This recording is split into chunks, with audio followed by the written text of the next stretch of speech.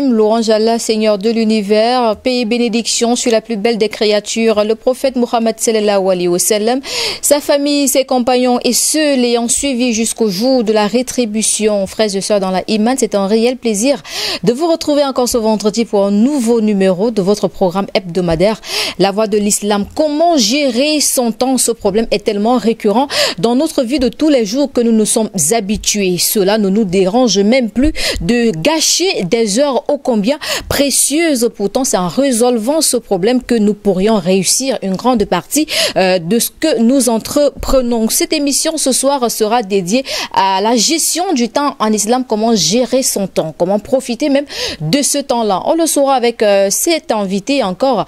Ce soir, lui, c'est Imam Mouhamadou Ngoubon qui fera 52 minutes d'émission avec nous dans ce studio. On prend la transition, on se retrouve juste après pour la suite de l'émission.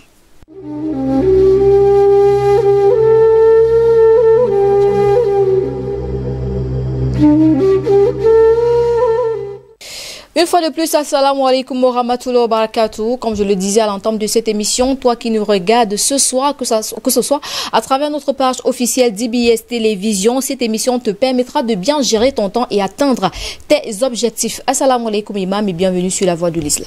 Wa alaikum assalam wa rahmatullahi wa barakatuh. Vous allez bien? Alhamdulillah. La prière a été? Alhamdulillah, on remercie Allah subhanahu wa ta'ala. Vous avez su gérer votre temps aujourd'hui? Oui, alhamdulillah. Le temps, c'est quelque chose que nous allons bien découvrir. Et utiliser bien le temps ne veut pas toujours dire, ça ne veut pas toujours dire faire une activité physique. Oui. Mais on peut aussi utiliser le temps dans la méditation, on peut utiliser le temps dans beaucoup de choses.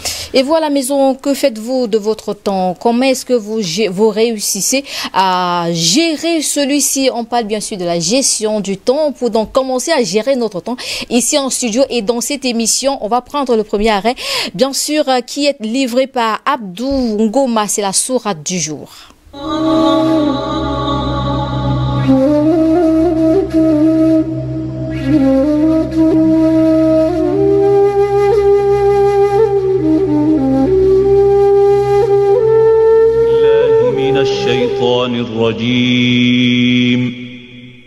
بسم الله الرحمن الرحيم والعصر إن الإنسان لفي خسر إلا الذين آمنوا وعملوا الصالحات وتواصوا بالحق وتواصوا بالصبر والشمس وضحاها والقمر إذا تلاها والنهار إذا جلاها والليل إذا يغشاها والسماء وما بناها والأرض وما طحاها ونفس وما سواها فألهمها فجورها وتقواها قد أفلح من زكاها وقد خاب من دساها كذبت ثمود بطغواها إذ انبعث أشقاها فقال لهم رسول الله ناقة الله وسقياها فكذبوه فعقروها فدمدم عليهم ربهم بذنبهم فسواها ولا يخاف عقباها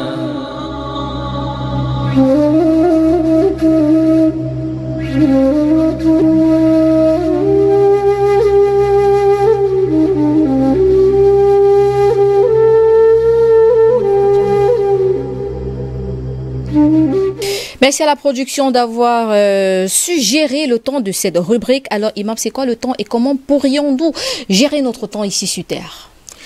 Bien, ça c'est une très grande question, deux grandes questions que nous allons peut-être essayer de répondre à sa juste titre. Avant de commencer par une définition formelle du temps, il faut déjà que nous signalons que beaucoup de gens comprennent mal ce phénomène du temps. Aujourd'hui, il y a beaucoup de jeunes qui s'apprêtent à leur vie active et ils se préparent différents types de formations et ils se disent que le temps va rester rigide, statique là où ils sont pour qu'ils puissent exercer leur activité de choix et vivre heureusement, mais les choses ne se passent pas comme ça. Donc ce que vous voyez autour de vous subit l'effet du temps. Quand vous êtes en train de faire votre formation, ça prend un temps et à la fin de votre formation, votre entourage risque de ne pas être ce qu'il était au début quand vous avez fait ce choix. Donc ce n'est pas toujours une chose intellectuelle. Voilà pourquoi il faut aller sur le corps spirituel. Ça veut dire qu'en termes religieux, avant de faire n'importe quel choix, il faut faire istihara, demander à Allah, parce que lui, il transcende le temps et il pourra voir. Je donne quelques exemples. En 2016, par exemple, il y a un ordinateur qui a battu le plus grand champion d'un jeu qui est un peu comme l'échec, mais plus compliqué, qu'on appelle Go. C'était, je crois, un chinois. L'ordinateur n'a jamais su jouer ce jeu parce que les règles sont un peu moitié intuitives et moitié rationnelles. Mais l'ordinateur a réussi à battre. Et avant cela, dans les années 80, ça avait déjà battu le championnat mondial, le champion mondial de l'échec. L'ordinateur joue l'échec mieux que quiconque. Et nous avons par exemple le programme qu'on appelle Watson, écrit par IBM, qui donne des conseils juridiques avec 90% d'efficacité par rapport à 70% pour les êtres humains. Nous avons aujourd'hui des programmes médicaux, par exemple, même sur Internet. Si vous allez sur webmd.com, vous allez trouver la possibilité de donner tous vos symptômes et que l'ordinateur diagnostique ce que vous pouvez faire. Vous comprenez donc que le monde de demain ne va pas être forcément le monde d'aujourd'hui. Donc il y a beaucoup de métiers qu'il faut déjà que les gens revoient. Si vraiment ça, c'est ça, dans ça qu'il faut se donner. Ici, la différence ne serait pas au niveau des années. Dit que hier nous étions en 2019, aujourd'hui en 2020. Est-ce qu'il y a encore une autre différence qui existerait dans la gestion du temps? Mais justement, c'est là où je dis, ces personnes qui font ces choses se disent que le temps va rester fixe. Je donne un exemple. Supposez aujourd'hui il y a des gens qui aspirent à être chauffeurs. Oui. Or, ici quelques années, il n'y aura plus de chauffeurs. Ça veut dire que les voitures autonomes n'attendent que le 5G pour se lancer. Déjà, c'est déjà même possible, c'est pour un problème législatif, c'est-à-dire la législation, parce que si une voiture sans chauffeur, cogne quelqu'un là, qui est responsable? Donc il y a ce genre de problème juridique qui fait problème aujourd'hui. Mais technologiquement, c'est déjà fiable. Et il y a beaucoup d'autres cas, comme par exemple le programme de Google qui reconnaît le visage, est beaucoup plus efficace que l'être humain à reconnaître le visage des gens. Aujourd'hui, en Chine, dans l'année 2020, il y a plus de 226 millions de caméras de surveillance. Les policiers chinois ont déjà des lunettes comme des lunettes solaires, mais qu'en réalité, c'est des écrans. Dès qu'ils vous interpellent, l'ordinateur reconnaît déjà votre visage, il a l'historique écrit devant lui de votre personne, votre filière, et ainsi de suite. Ça fait autant de choses que les gens ne tiennent pas compte lorsqu'ils vivent. Mais maintenant, à votre question, c'est quoi le temps? Le temps, c'est ça, comme je dis, c'est une très grande question. Alors, ce moment-là, par exemple, il parle de certaines choses dans le Coran qui concernent le temps. Les sourates qu'on a mis au début de l'émission parlent justement du temps. Mais le temps, les êtres humains, déjà, il faut que j'avoue cette petite anomalie et qu'il faut que nous enlevons pour pouvoir comprendre. Les êtres humains ont tendance à penser que tout l'univers tourne autour d'eux. Ça veut dire que leurs valeurs sont universelles. Ce qui se passe, leur façon de voir sont universelles. Et quand ils conçoivent un créateur, ils donnent leur qualité à ce créateur, mais accentuée ou amplifiée au niveau infini. Mais alors, ce moment-là n'est pas forcément un être humain, c'est-à-dire avoir des capacités humaines amplifiées. Il y a beaucoup d'autres capacités que l'humain ne peut même pas imaginer que lui là. Donc, cette tendance fait que nous n'arrivons pas à bien comprendre le phénomène temps. Allah subhanahu wa ta'ala dit par exemple dans le Coran, il jure, La uqsimu bi yawmil qiyamah. Je ne veux pas jurer par le jour du jugement. Et dit dans un autre verset, il a dit le jour du jugement. Donc, le jour, quand on dit ici, il ne faut pas toujours voir par rapport à la terre que c'est 24 heures. Donc, il y a l'autre sourate où il dit وَلَقَدْ خَلَقْنَا السَّمَاوَاتِ وَالْأَرْضَ وَمَا بَيْنَهُمَا فِي سِتَّةِ أَيَّامٍ. Nous avons créé le ciel et la terre et tout ce qui est entre les deux en 6 jours. Tout ce qui est entre les deux là, ça donne tout un autre discours. Mais nous allons laisser ça pour aujourd'hui. Il a dit 6 jours. Mais est-ce qu'il s'agit des jours de 24 heures? Nous allons voir dans le Coran où certains jours par rapport au temps terrestre durent 50 000 ans, d'autres jours durent 1000 ans. Alors, c'est quoi le temps face à tout cela? Parce qu'on comprend tout de suite qu'il faut oublier le système de 24 heures. Le temps, c'est comme une piste, comme un long ruban élastique sur lequel les esprits doivent évoluer, donc se déplacer à différentes vitesses, à perpétuité jusqu'à arriver à perpétuité. C'est ça le temps. Et bien sûr, ces différents, ce temps et cette ruban imaginaire que j'ai fait, c'est une chose qui a été créée par Allah subhanahu wa ta'ala. Alors on comprend donc que lui-même, Allah, n'est pas obligé de suivre les règlements et les lois qu'il a mis pour concernant cette ruban que tout le monde doit suivre. Ça veut dire que lui n'est pas dans le temps. Ça veut dire que pour Allah, quelque chose qui s'est passé il y a 1 million d'années, hier, ou bien aujourd'hui, ou bien dans 1 million d'années, ça n'a aucune différence, c'est la même chose. C'est exactement, pour lui n'est pas dans le temps. Et pour comprendre cela, nous allons voir plus tard où Allah a fait que les gens se sont déplacés de manière inhabituelle sur ces pistes de temps. Mais le temps, pour pouvoir le comprendre globalement, on doit le diviser en plusieurs qualités. Oui, vous comprenez, il y a plusieurs qualités de temps. Et il y a ce qu'on peut appeler le temps cosmique, ça veut dire que le temps qui ne dépend pas de la Terre, parce qu'avant, on parlait des jours, le jour sur Terre c'est 24 heures. Avant de créer la Terre, ou de l'univers, il n'y avait pas encore la Terre. Donc le temps était mesuré comment? Donc c'est là où on parle de temps cosmique, avant même l'existence de l'univers. Et il y a le temps objectif, que ça c'est ce que les montres, les différents instruments de trucs peuvent montrer. Lui-même n'est pas fixe, pour deux personnes ce n'est pas la même chose. Et il y a le temps subjectif, ça veut dire que l'appréciation de l'être humain sur le temps. Quand vous êtes en train de faire quelque chose de très agréable, le temps a tendance à passer très vite.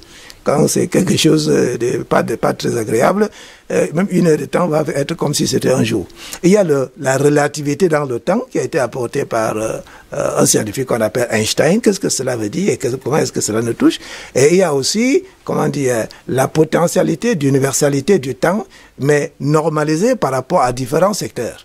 Donc voilà donc les différentes qualités de temps que nous pouvons, comment dire, situer. Alors, concernant le temps avant la création de l'univers, Allah subhanahu wa ta'ala a mentionné les exemples de ça dans le Coran. Mais cet univers dans lequel nous vivons, si on prend le côté physique seulement, les êtres humains ont eu à apprécier ou observer des galaxie qui se trouve à 13,2 milliards d'années-lumière. Ça veut dire que la galaxie qu'on est en train de voir là, la lumière qui était partie là-bas était partie il y a de cela 13,2 milliards d'années. Et c'est maintenant qu'on est en train de recevoir. Mais certaines autres sources hors planète nous ont indiqué que notre univers, en parlant de temps terrestre, ça a l'âge d'à peu près 100 000 milliards d'années terrestres. C'est-à-dire que c'est rien que l'univers que nous sommes en train de vivre. Alors que la Terre elle-même a connu une occupation seulement pendant les dernières 60 millions d'années. Donc, alors, pour parler d'un temps, dans cette circonstance, on appelle Terre en français, c'est tout à fait judicieux, en anglais c'est Earth, mais Terre, c'est un autre nom que la Terre a eu autrefois, en dehors de Earth qui ressemble à l'arabe. On a aussi appelé Gaïa. Pendant les différents 600 millions d'années, la Terre n'a pas toujours été appelée Terre. Donc, commençons donc par la variété qu'il y a dans le mot jour. Nous avons déjà vu que Allah a dit créer le ciel et la terre en quelques jours. Bien sûr que ce n'est pas le jour de 24 heures. Donc, pour mettre dans nos esprits le concept de jour, on va prendre seulement notre système solaire. Ça veut dire que le Soleil, Mercure, Vénus, Mars, toutes les planètes qui sont autour. Mercure, un jour sur Mercure, c'est 1408 heures. Sur Vénus, c'est 5832 heures. Sur la Terre, c'est 24 heures. Sur Mars, c'est 25 heures. Sur Jupiter, 10 heures. Saturne, 11. Uranus, 17 et Neptune, 16. Vous voyez que rien que dans le système solaire, quand on dit un jour, mais ça n'a pas la même signification. Ces chiffres viennent des informations de la NASA. Alors, lorsque Allah parle donc des jours et des temps, comment est-ce que ce temps-là est géré par rapport aux différentes créatures? Allah, par sa grandeur, a permis parfois à certaines de ces créatures de violer le règlement selon lequel on doit marcher d'une manière linéaire sur la piste de temps dont j'ai dit. Par exemple, dans la sourate 2, verset 259, un prophète qu'on appelait Jérémie, qui est bien connu par nos frères chrétiens, et s'est endormi, et Allah lui a catapulté devant par 100 ans. Ça veut dire qu'il a retiré de là où il était sur la piste de temps, et l'a déplacé 100 ans en avant. Donc quand il s'est réveillé, 100 ans s'était écoulé. Il a fait cela, il l'a transporté avec sa nourriture, mais il a laissé son âne. Et son âne a donc parcouru la piste pendant les 100 ans pour le retrouver. Mais bon, quand ils se sont donc réveillés, qu'est-ce qu'ils ont trouvé? La nourriture était encore fraîche, mais l'âne était déjà pourri jusqu'au niveau des ossements. Parce que lui, il a parcouru la piste normale, alors qu'Allah a catapulté Jérémie. Bon, il y a par exemple Jésus, fils de Marie. Jésus, fils de Marie, pendant la nuit de Jubilé, il était sur la montagne. La nuit de Jubilé, c'est comme ça qu'ils appelaient Laylatul Qadr à l'époque. Et Jésus, alayhi salam, il a dit à ses disciples, venez, on va veiller toute la nuit, parce que cette nuit est une nuit très importante auprès de Dieu. Et que quand le messager de Dieu va venir à la fin, cette nuit-là, que maintenant vient une fois tous les 100 ans, va venir chaque année. Donc c'est une grande grâce pour la Oumma du prophète sallam que nous avons Laylatul Qadr chaque année. Mais ce que je veux dire ici, c'est par rapport à son aspect temps. Il a dit que il a vu le messager de Dieu et il a prié avec lui.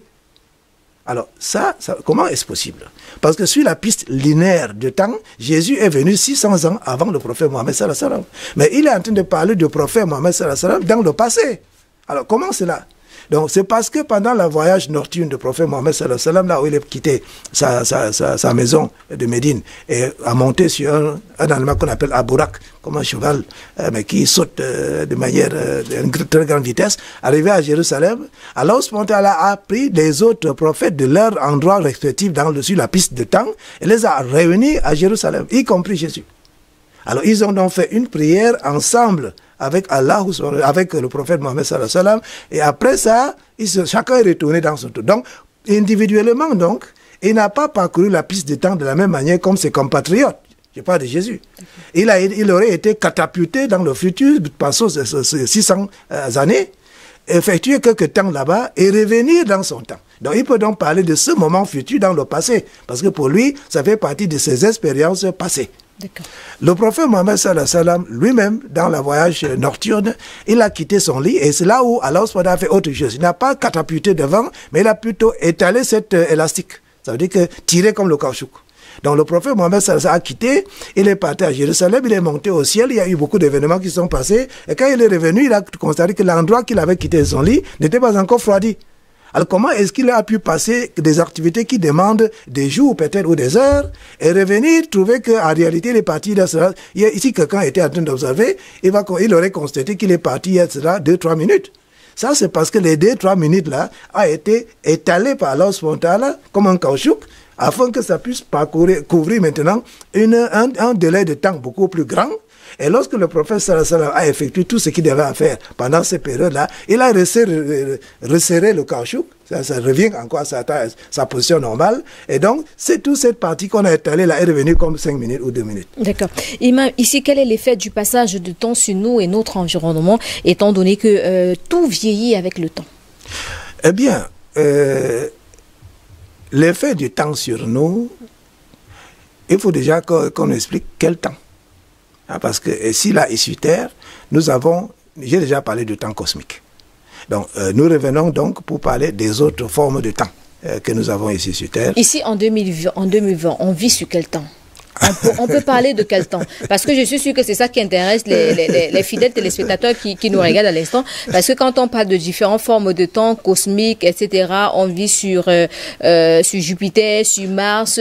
Certains vont se perdre à la maison. En 2020, on vit sur quel temps? Le temps cosmique, c'est un temps qu'on l'apprécie hors de la Terre. Bon, maintenant, nous sommes sur Terre. D'accord.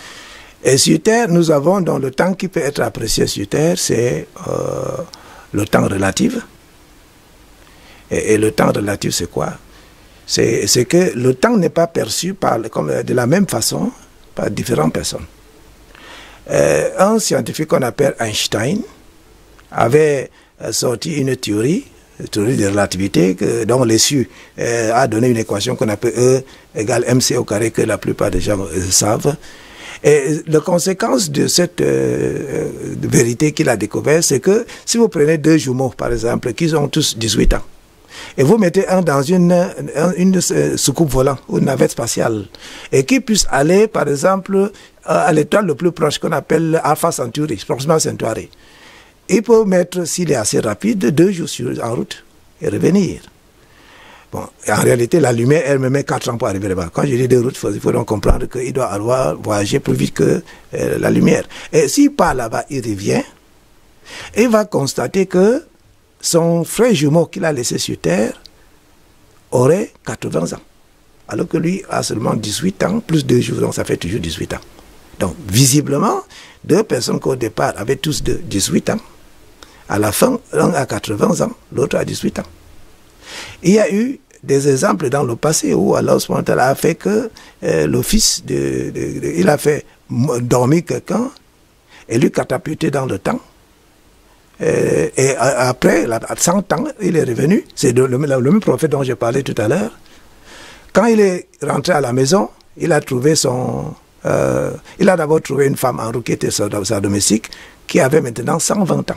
Parce que quand il disparaissait, elle avait 20 ans. Et quand il a trouvé son fils qu'il avait laissé à la maison à 20 ans, le fils avait maintenant 120 ans. Lui, il avait toujours 40 ans qu'il avait. Donc alors vous voyez donc quelqu'un qui a 40 ans, qui embrasse quelqu'un qui a 120 ans, et l'autre, c'est celui de 120 ans qui dit bienvenue papa. Donc nous sommes ici sur Terre. Et ça, c'est le temps relatif. Le temps subjectif sur Terre, c'est la façon dont nous apprécions le temps qui passe. Et cet phénomène, aujourd'hui, dans notre temps que vous avez demandé, nous sommes dans le temps de la transition, actuellement, le fond des temps.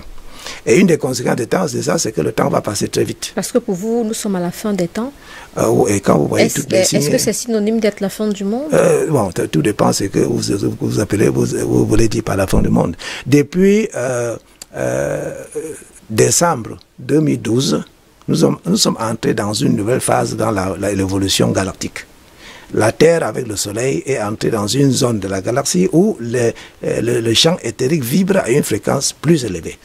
Cela fait qu'aujourd'hui, vous allez constater plusieurs choses. Un, regardez le Soleil. Vous allez comparer, par exemple, avec le Soleil comme c'était il y a de cela 30 ans. Vous allez voir que le Soleil, maintenant, a une couleur beaucoup plus blanche. Et ça frappe sur la peau beaucoup plus fort. Deuxièmement, vous allez aussi constater que le temps passe plus vite. C'est-à-dire que vous arrivez à vendredi, vous tournez comme ça 2-3 fois, vous voyez l'autre vendredi est venu. Donc nous passons de 24 comme si c'était 12 heures. Au moins que 24 pourtant, les heures sont les mêmes. On parle de 24 heures, on parle de 24 heures. Dans la manière de percevoir, demandez beaucoup de gens, bon, se dit que le temps... Généralement, on dit le mois de janvier met plus long par rapport aux autres mois. Et ça dit que là, il y a la différence entre des mois. Non. C'est la différence de subjection, c'est qu'aujourd'hui, par rapport à cela 30 ans, les gens ont l'impression que les choses vont plus vite. Et vous pouvez apprécier cela dans Surat Naziat, par exemple, où Allah parle de l'exemple des gens qui vont voir l'enfer.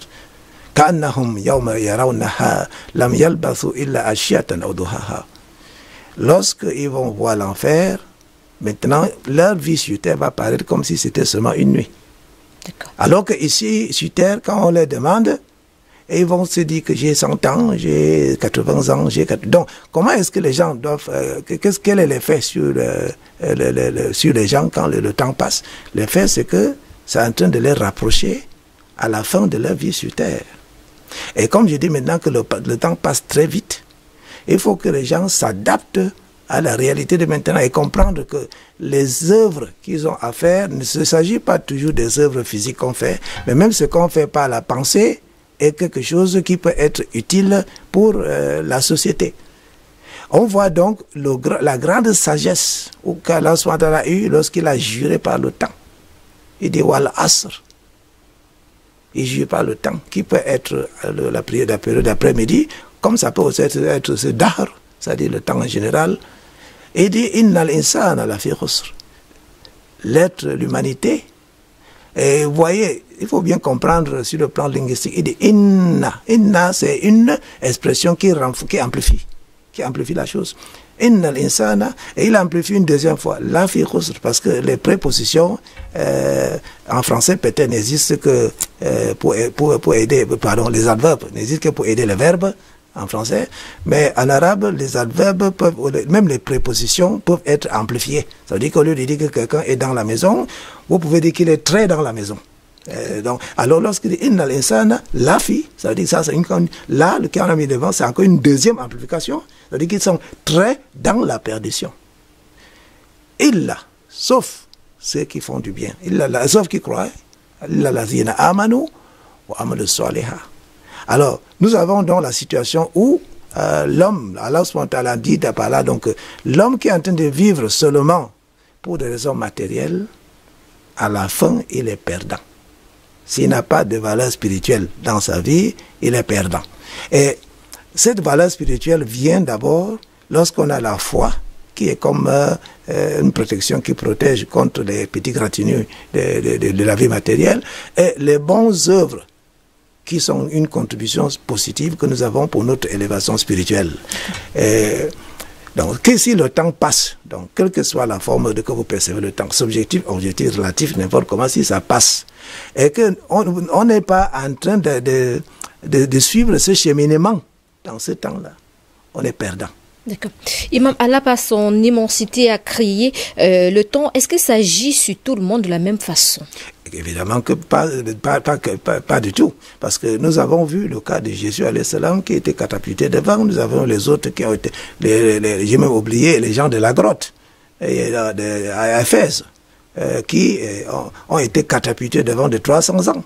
Ça, c'est des choses qui arrivent. Et aujourd'hui, voilà donc la raison pour laquelle j'avais parlé de cette...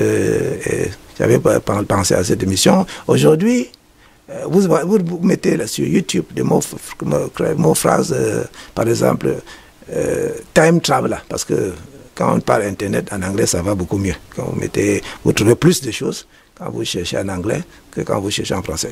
Si vous mettez time traveler, vous allez trouver beaucoup de choses. Y compris des personnes qui vous annoncent que je viens de 2075. Ça veut dire qu'il vivait en 2075. Comment savoir qu'avant 2020, qu'avant ce monde, s'il y a des gens qui ont vécu, qui avaient une vie normale, peut-être pas comme celle que nous vivons actuellement, mais qui se sentaient à l'aise et qui peut-être 20 ans, 70 ans, 100 ans en arrière viennent quand même se retrouver parmi nous et nous disent quand même à travers des réseaux sociaux, à travers des livres, à travers des documentaires, qu'ils viennent dans notre monde. Comment savoir? Bon, voilà, donc voilà, dans le monde d'aujourd'hui, ce que vous voyez, ce n'est pas ce qui se passe. Nous sommes arrivés à un âge où la tromperie est devenue très facile. C'est bien qu'on ne peut plus évaluer les choses en comptant sur nos 5 sens. Parce que si vous comptez sur les 5 sens, on va tromper ces 5 sens-là comme facile comme bonjour. Je pense que vous avez entendu parler, par exemple, comme vous êtes dans les médias, il y a ce qu'on appelle deepfake. Ça veut dire qu'il peut prendre rien que votre photo avec certaines applications informatiques. Et je m'arrange à ce qu'on vous voit en train de dire ce que je veux. Et les mots, les lèvres, tout vont concorder. Oui. Donc ça, c'est déjà possible aujourd'hui. Alors lorsqu'on annonce quelque chose, quoi que ce soit, ce n'est plus les 5 sens que j'ai vus. Il faut utiliser l'esprit. Il faut que ça résonne dans vous. Si c'est la vérité, vous allez ressentir. Si ce n'est pas vrai, vous n'allez pas sentir. Est-ce que c'est tout le monde qui peut réfléchir comme vous êtes en train d'expliquer? Parce que là, Allah nous a créé avec 5 sens. Et ça dit que chez d'autres personnes, il y a eu d'équilibre quelque part, déséquilibre autant pour moi quelque part. Si vous n'utilisez pas cette méthode, il y a beaucoup de choses qui vont passer, qui vont vous échapper. Je donne par exemple, pourquoi est-ce que tout récemment, on entend beaucoup, et ça ne s'est passé pas avant, beaucoup de nouvelles, parfois publiées dans les journaux et autres, que tel ou tel président est mort. Mais après, on lui voit sortir. Qu'est-ce qui se passe? Alors, certainement, ce n'est pas sur les médias que vous allez suivre. Ce que vous voyez sur les médias, ce n'est pas la vérité. Donc, il faut utiliser cette faculté qu'Allah a donnée à tout un chacun. Et dans notre temps que nous traversons maintenant, le nombre de personnes à qui Allah a donné cela ne faut que croître. Donc, et c'est de cette manière que vous allez entendre, vous allez pouvoir connaître la vérité. Bon, pour ne pas parler en Afrique, que ça fasse problème politique pour les gens, je prends par exemple la reine d'Angleterre. Buckingham Palace, il y a quelques années, a annoncé que la reine est morte. Et puis, quelques temps après, il dit que non, ce n'est pas le cas. Est-ce qu'on peut faire une telle erreur même pour un clochard qui est à côté de la route? Imam, la désinformation existe, les fake news existent également. Oui, on peut déclarer que je suis morte, pourtant je ne le suis pas. Peut-être juste pour créer le buzz, ça ne veut pas dire qu'on vit dans un autre monde. Je vous signale que Buckingham Palace, c'est le palais de la reine. Ce n'est pas un journal ou quelque chose comme ça. Vous ne pensez pas que la reine elle-même, elle peut demander qu'on dise qu'elle est décédée juste pour, je ne sais pas, pour déstabiliser ou bien pour d'autres raisons quelconques? Je ne vois aucun avantage politique qu'elle aurait à annoncer son décès. Donc, c'est pour... Il y a beaucoup d'autres choses comme ça là dans le monde. Et qui, malheureusement, sur votre plateau, vos téléspectateurs sont mal préparés pour beaucoup de choses. Donc, je suis obligé de parler superficiellement. Et raison pour laquelle nous allons parler uniquement du temps sur Terre. Voilà. Ok. Donc, alors, nous, Allah m'a dit, Allazina amanu wa amilu soliha. Et lorsque vous faites vous croyez, vous faites du bien, vous allez donc profiter du temps qui passe. Si vous ne le faites pas, quel que soit ce que vous faites, vous serez à la fin perdant, même si vous avez accumulé des milliards. Et bien sûr, quand vous allez vouloir le faire, vous allez constater que ça n'arrange pas tout le monde. Le bien que vous faites n'arrange pas tout le monde. Donc il faut avoir le courage, il faut dire aux gens la vérité. Ce n'est pas toujours donné.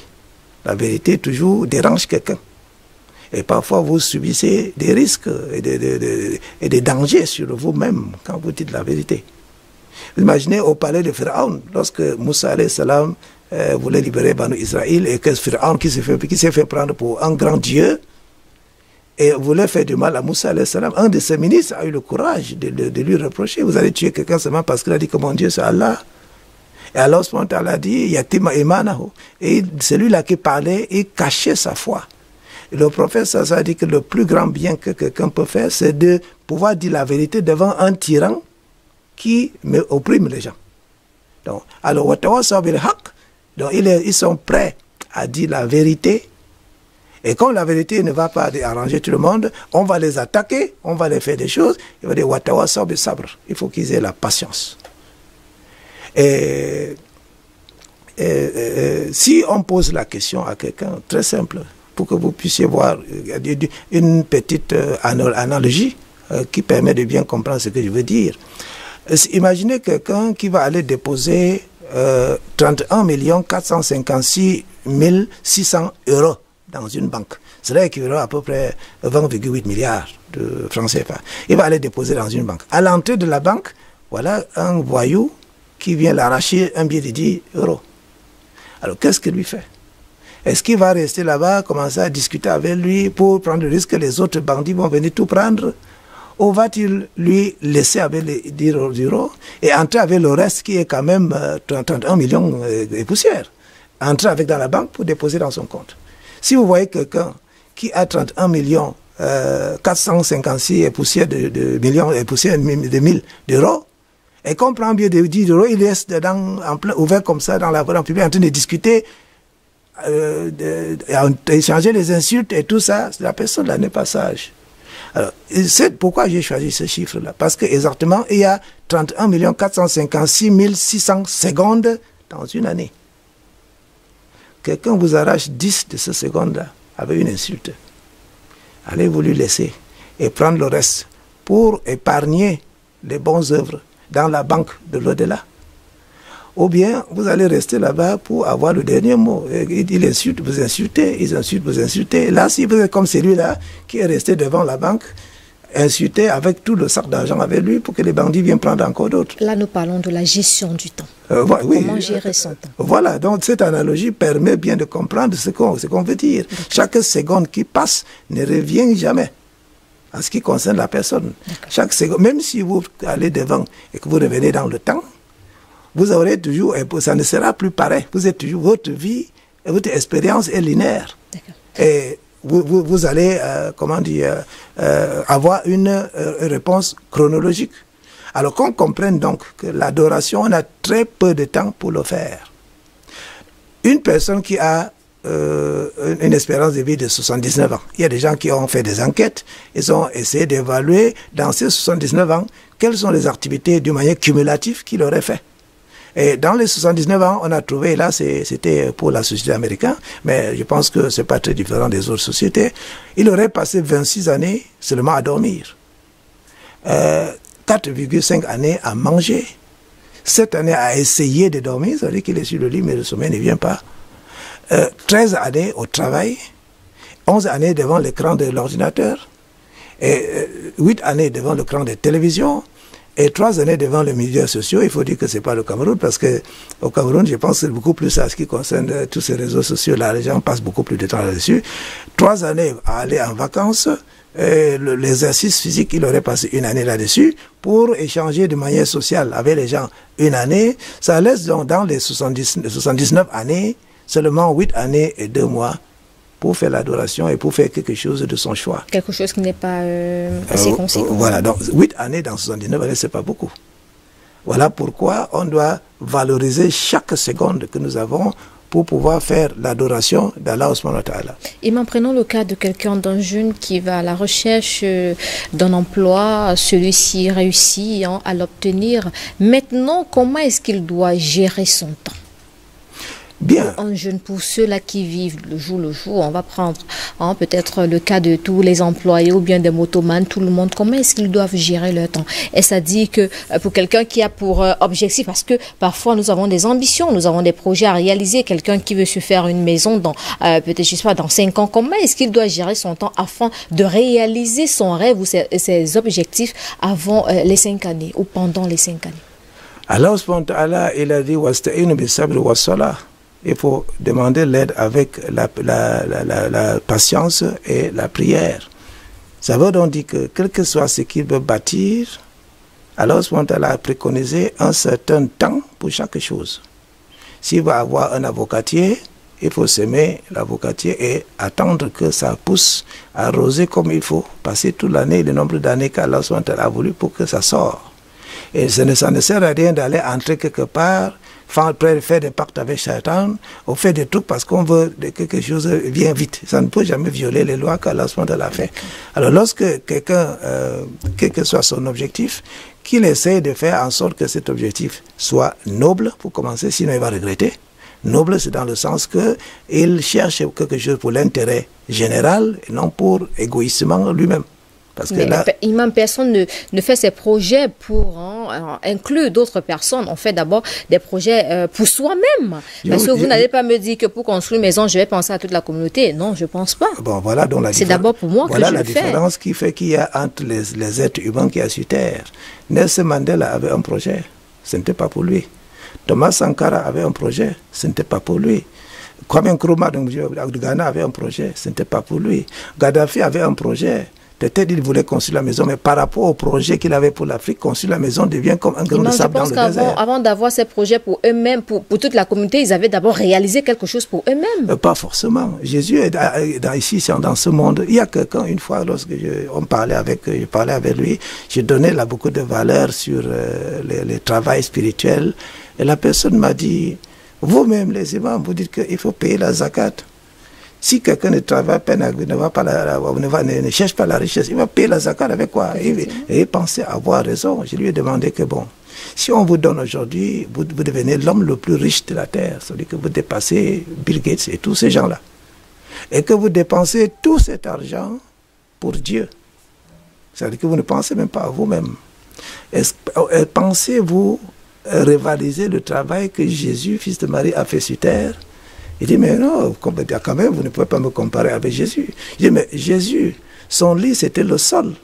Son toit, c'était le ciel. Il avait un seul habit. Il avait une peigne même une fois et il a vu quelqu'un qui a peigné sa barbe avec les mains, il a cadoté à quelqu'un.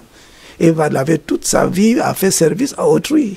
Et c'est un projet qui lui a donc, vous-même, vous pouvez témoigner qu'il a accompli beaucoup plus que tous les riches qu'on peut imaginer aujourd'hui. Alors vous voyez donc, avoir un projet ne veut pas forcément dire projet pour soi. C'est le plus petit des projets. Le plus grand projet, c'est le projet qui concerne tout le monde. Vous faites ici la voix de l'islam sur la télé. Vous avez laissé certains rendez-vous, d'après ce que je comprends, pour pouvoir assister à cette émission. Certains de votre âge sont peut-être en train de danser dans des endroits, en train de faire des tours de loisirs. Est-ce que vous faites ici, là, c'est pour vous ou c'est pour les gens? Voilà la différence. Et ça, c'est un projet qui est plus grand. Une fois, j'étais dans une ville, pas loin d'ici, on était parti pour l'inauguration des travaux d'une mosquée, et il y avait un préfet, un sous-préfet du coin, qui était de l'Ouest, d'origine Bamoun. Un sous-préfet qui était un exemple d'humilité. C'est-à-dire qu'on est parti dans s'asseoir que pas pour manger le soya. J'ai eu du mal à comprendre que c'était un sous-préfet dans son comportement. Alors lui nous a raconté une histoire. Il y avait des troubles dans la ville où il était. Et il a donc convoqué le commissaire de police pour parcourir la ville, planifier comment on va empêcher que les délinquants ne fassent des problèmes. Et pendant qu'on parcourait la ville, le commissaire à chaque fois disait que cet immeuble-là c'est pour moi, cet immeuble-là c'est pour moi, cet immeuble-là c'est pour moi. Le sous-préfet, lui, n'avait pas de meubles. Lui vivait sur location. Et pour la simple raison qu'il ne comptait que sur son salaire. Je ne pense pas que le commissaire, c'est son salaire qu'il a utilisé pour avoir autant de meubles. Alors le sous-préfet a dit, moi je n'ai pas de maison. Le commissaire dit, mais si, je vous ai vu très actif dans la construction de la mosquée là. Cette maison-là, elle dépasse toutes les autres maisons qui sont ici. Donc c'est lui, le non-croyant, qui montrait donc aux croyants que le travail qu'il a fait là dépasse tous les autres. Alors le projet, comme je dis, le meilleur projet, c'est ce qu'on fait pour les autres et non pour soi. Voilà pourquoi le prophète sallallahu alayhi wa sallam a dit, le meilleur de parmi vous, c'est ceux qui sont plus utiles aux autres, pas ceux qui sont utiles pour eux-mêmes. Alors qu'on sache que Rasulullah sallallahu alayhi wa sallam, il a dit ceci. Il y a 5 choses sur lesquelles on serait interrogé. Notre jeunesse, qu'on doit prendre avantage de ça avant que ça ne nous passe. On doit prendre avantage, profiter de la jeunesse avant que la vieillesse ne vienne. On doit profiter de la santé avant que la maladie ne vienne. On doit profiter de la richesse avant que la pauvreté ne vienne. On doit profiter de son temps libre avant que les occupations ne viennent. On doit profiter de la vie avant que la mort ne vienne. Donc parce que nous tous, nous avons ces choses, nous aurons ces choses-là d'une manière ou d'autre dans notre vie. Et c'est la façon dont nous aurons géré les uns par rapport aux autres déterminera ce que nous allons laisser sur terre. Si pendant que nous avons l'argent, au lieu de penser à faire du bien, on commence à jouir, mais jusqu'à ce que la pauvreté vienne nous trouver, alors que tout ce qu'on a fait avec l'argent, c'est aller dans les boîtes de nuit et dépenser avec les femmes prostituées. Alors c'est qu'on a complètement gaspillé son temps. Et on a même l'expression qu'on veut tuer le temps. On n'a pas besoin de tuer le temps. Chaque seconde doit être utilisée de manière utile. Parce que le jour de Yom Kiyama, on va nous interroger sur notre vie et comment on l'a dépensée, sur notre connaissance, sur quoi on l'a utilisé, sur notre bien, comment on l'a acquis et sur quoi on l'a dépensé, sur notre corps, comment on l'a utilisé. D'accord, Mashallah, barakallahu fikoum. Imam, ici, celui-là qui savait bien gérer son temps, il travaille pour toute la communauté entière. Après des années, des centaines d'années, voire même, il est toujours le plus aimé d'Allah subhanahu wa ta'ala et le guide par excellence de toute la communauté musulmane du monde entier. Alors, comment vivait le prophète Muhammad sallallahu alayhi wa sallam? C'est dans cet élément que signe Alit Mama.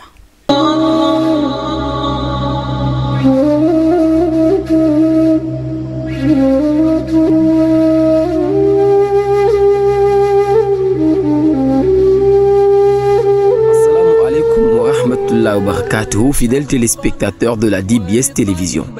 Bienvenue à vous, marhaba à votre traditionnel rendez-vous d'enrichissement du savoir islamique, la voie de l'islam. L'importance du temps en islam est le sujet que nous abordons en ce jour. En effet, nous dirons que le temps est l'un des plus grands bienfaits qu'Allah nous a offert et pourtant, nous le négligeons souvent. Dans le noble Coran, Allah nous dit à ce propos: par le temps, l'homme est certes en perdition, sauf ceux qui croient et accomplissent les bonnes œuvres, s'enjoignent mutuellement la vérité, s'enjoignent mutuellement l'endurance. Sourate 103, versets 1 à 3. Dans un hadith rapporté par Al-Hakim et dont Al-Albani a qualifié l'authenticité, Ibn Abbas Kallalagré rapporte du prophète Muhammad sallallahu alayhi wa sallam que le messager, paix et bénédiction d'Allah sur lui, a dit à un homme qui lui a demandé de lui faire une recommandation. Profite de 5 choses avant 5 autres choses.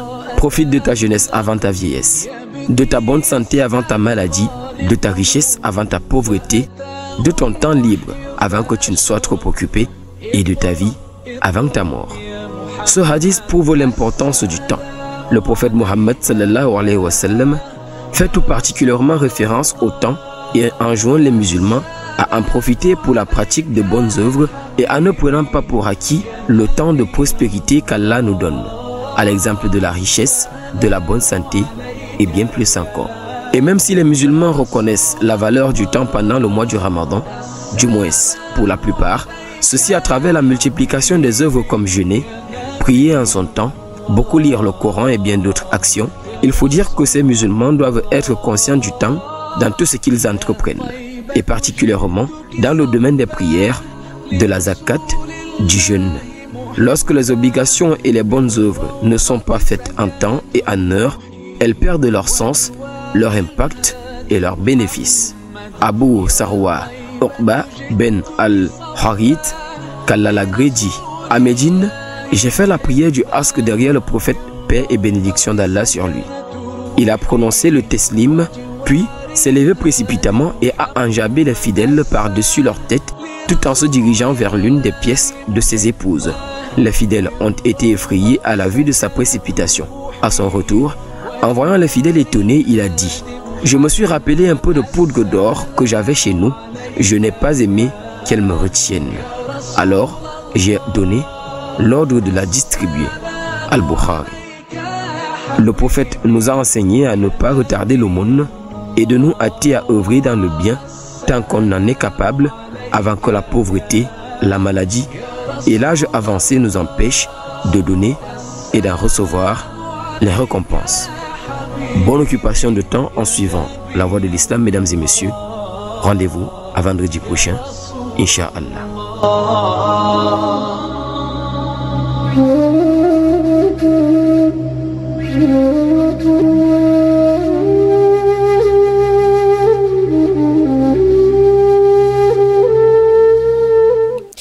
Barakallahu fik, Alid Mama Imam, si on comparait la conscience des Africains concernant l'importance du temps, est-ce que les Africains en sortiraient favoris? Si jamais il y avait une différence, une comparaison entre la conscience des Africains et celle des autres. Justement, c'est un de nos plus grands problèmes ici en Afrique.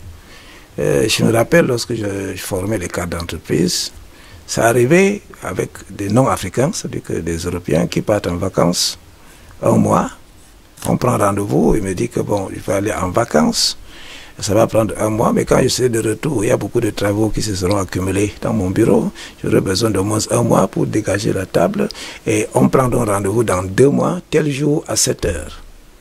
Et je vous assure que ce jour-là, j'arrive quelques minutes avant pour préparer les équipements, pour faire la formation que je lui aurais préparée, 7 h moins 5 minutes, vous voyez sa voiture arriver. Donc, et quand je me rappelle le court séjour que j'ai fait à Londres pendant 7 ans, quand vous arrivez à l'arrêt du bus, on vous montre que le bus arrive à telle heure. Je vous assure que quand cette heure-là arrive, vous regardez la route, vous allez voir le bus en train de venir. Ça, c'est chez les Blancs. Donc, ça montre donc la rigueur qu'on a pour respecter le temps. Et c'est là à tous les avantages que nous avons voyons dans la société. Regardez même le lancement de la navette spatiale. On compte le temps jusqu'à 1 seconde de près. 10, 9, 20, 8, 7 comme pour le lancement d'un fusée.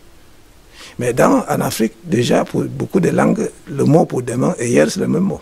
Donc on voyait déjà, même à ce niveau-là, on voit déjà qu'il n'y a pas une rigueur particulière. Et lorsque quelqu'un vous donne rendez-vous, venez chez vous, c'est toujours flou. Et vous dire, je vais autour de 9 heures, ça veut dire quoi, je vais autour de 9 heures? C'est pas exact. Voilà, il n'est pas donc, suivi de et même quand on donne souvent, on ne le respecte pas. Et pourquoi? Et on ne voit même pas qu'il y a un problème. Donc les Africains ont un grand problème à bien comprendre l'importance du temps et la gestion de ce temps-là. Si nous espérons croître spirituellement et avancer même économiquement et matériellement, il faut que nous comprenions l'importance du temps. Et que ce n'est pas seulement son temps qui est important, mais le temps de l'autre, qu'on ne dérange pas les gens. Vous voyez, Allah, le prophète, ça a été le prophète de tout le monde. Mais il a instauré que si vous voulez aller chez le prophète, il faut faire sadaqa. Ce sadaqa, ce n'était pas à lui qu'on donnait, parce que d'autres ont pris ça comme prétexte pour faire des choses et prendre l'argent chez les gens. Ce n'est pas à lui qu'on donnait, lui ne prenait pas sadaqa. Mais c'est comme si c'est une façon de faire en sorte que ce soit ceux qui ont les vrais problèmes qui arrivent là-bas. On fait la même chose ici en quelque sorte lorsqu'on demande que pour aller déposer un dossier chez le sous-préfet, il faut mettre un thème de 1000 francs. S'il s'agit d'un dossier de proposition de construction d'une route par exemple, là on va demander le timbre, ça serait peut-être 500 000 ou quelque chose. Là c'est tout ça, c'est pour filtrer les gens qui ont peut-être l'appel et une brouette et ils pourront aussi aller déposer leur proposition pour être parmi ceux qui vont être choisis pour construire la route de Douala-Yaoundé. Alors qu'avec le brouette et l'appel, on ne peut rien faire. Donc pour qu'on ne soit pas encombré par des dossiers inutiles, on met déjà là-bas 500 000. Donc c'est un peu comme ça là. Les Africains, bien sûr, la réponse directe à ces questions, c'est que non, les Africains ont un grand déficit en ce qui concerne le respect du temps sur tous les plans. Et même le chef d'une localité, lorsqu'on fait une réunion au niveau des cérémonies officielles, des choses, les gens mesurent leur grandeur par le nombre d'heures de retard qu'ils accusent. Ça veut dire que tout le monde doit venir attendre. Lui, il est le grand chef, il doit venir 3 heures plus tard. Et ça fait donc une perte d'un grand nombre de personnes qui s'accumulent comme ça pour faire une perte sur la production économique nationale. Alors qu'ailleurs, et je respecte beaucoup certains... Ce n'est pas tout le monde, hein, pas, il y a eu des exceptions. J'ai eu assisté à un mariage à l'hôtel Hilton et à l'époque, il y avait un premier ministre qui était parmi ceux qui étaient invités. C'était indiqué qu'il devait venir à 19h et à 19h pile, il était dans la salle. Il est entré sans cérémonie, sans forlore, sans rien du tout. Donc il y a des exceptions. Et nous espérons que beaucoup d'autres vont... respecter vont suivre cet exemple qui voilà. Est bien sûr à copier. Nos dirigeants prétendent ne pas avoir le temps, mais ce n'est pas ça, c'est plutôt l'orgueil. Je me rappelle quand Nelson Mandela était de passage à Yaoundé. Un journaliste l'a approché. Il a posé beaucoup de questions, il a répondu. C'était sur la CATV, surtout beaucoup de chaînes. Il a répondu. Et maintenant, le journaliste pose la question, Monsieur le Président, quand est-ce que le président camerounais va aussi répliquer votre visite que vous avez faite pour le Cameroun? Et le président Paul Biya était à côté de lui. Alors, il dit, Nelson Mandela a dit, mais demandez-le, le voilà. Le journaliste n'a pas pu avoir le courage de demander son président. Pourquoi? Parce qu'on a créé des murs d'orgueil et autres pour se faire passer pour autre que l'être humain. Alors, c'est quoi la différence entre les deux personnes? Voilà pourquoi il disait que Nelson Mandela, il avait un projet. Ce n'est pas pour lui, c'est pour la société. On voit le comportement, même à part dessus des petites choses comme ça. D'accord. Imam, ici, comment gérer son temps au quotidien? Bon, est-ce qu'on va passer ce temps dans la prière, dans l'invocation, avec des amis? Non, il faut comprendre que la vie a beaucoup d'aspects. On ne saurait avancer en faisant une seule. On ne peut pas dire qu'on va toujours travailler. Il faut un temps pour planifier ce qu'on va faire. Il faut un temps pour méditer, pour pouvoir calmer ses idées dans la tête afin de pouvoir être mieux capable de sauter. Il faut un temps pour bien sûr socialiser avec les gens parce que ces réseaux des amis autres peuvent aussi contribuer positivement dans son épanouissement à eux. Il faut un temps pour pouvoir suivre des informations. Il faut un temps pour pouvoir prier son Seigneur. Une fois, il y a quelqu'un, il s'appelle Martin Luther King, et moi, parce que moi je donne des exemples partout, hein, pas seulement les musulmans. C'est toute personne qui excelle, moi je donne.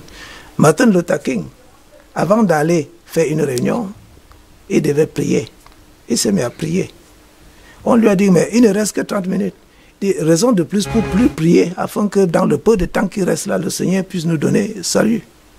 Donc ça veut dire qu'il voit que quelque temps passé avec le Seigneur vaut mieux que beaucoup de temps devant les gens pour tenter de résoudre le problème parce qu'avec le Seigneur, la solution est beaucoup plus rapide.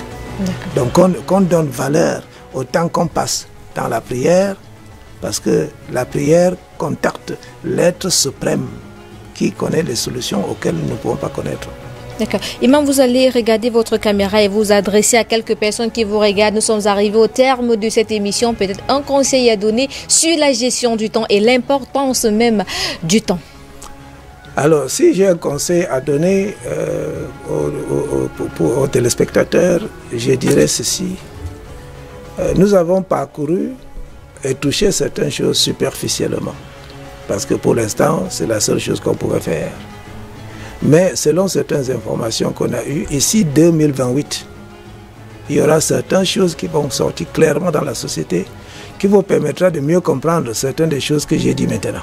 Alors en attendant, gérez bien votre temps, comprenez que chaque seconde qui passe ne reviendra jamais, faites en sorte qu'au fur et à mesure que le temps passe, vous évoluez. Ça veut dire que vous abandonnez certaines anciennes façons de comprendre les choses pour adopter les nouveaux. Et comprenez que la vérité, c'est comme un point au centre du cercle d'opinion. Les points de vue regardent cette vérité de tous les points de circonférence. Si vous avez une petite vision de cette vérité, ne rejetez pas tout de suite l'autre personne parce qu'il se peut qu'il est en train de regarder la même vérité à partir d'un autre angle. Comme ça, nous allons pouvoir vivre plus harmonieusement dans la solidarité, dans l'amour mutuel et dans la paix. Merci Imam, qu'Allah vous récompense. Une grosse équipe a su gérer le temps de cette émission. À la caméra, Constantin Nondomki, au son Nicolas Olomocha, à la diffusion Théophile King et celle-là qui nous a rendu beaux et belles ce soir, Kevin Makumbo, à la réalisation McDonald et pour superviser toute cette équipe. Il était là à la supervision générale Makwesou. On se retrouve vendredi prochain avec un nouveau thème. D'ici à là, gérez bien votre temps. On se retrouve très prochainement.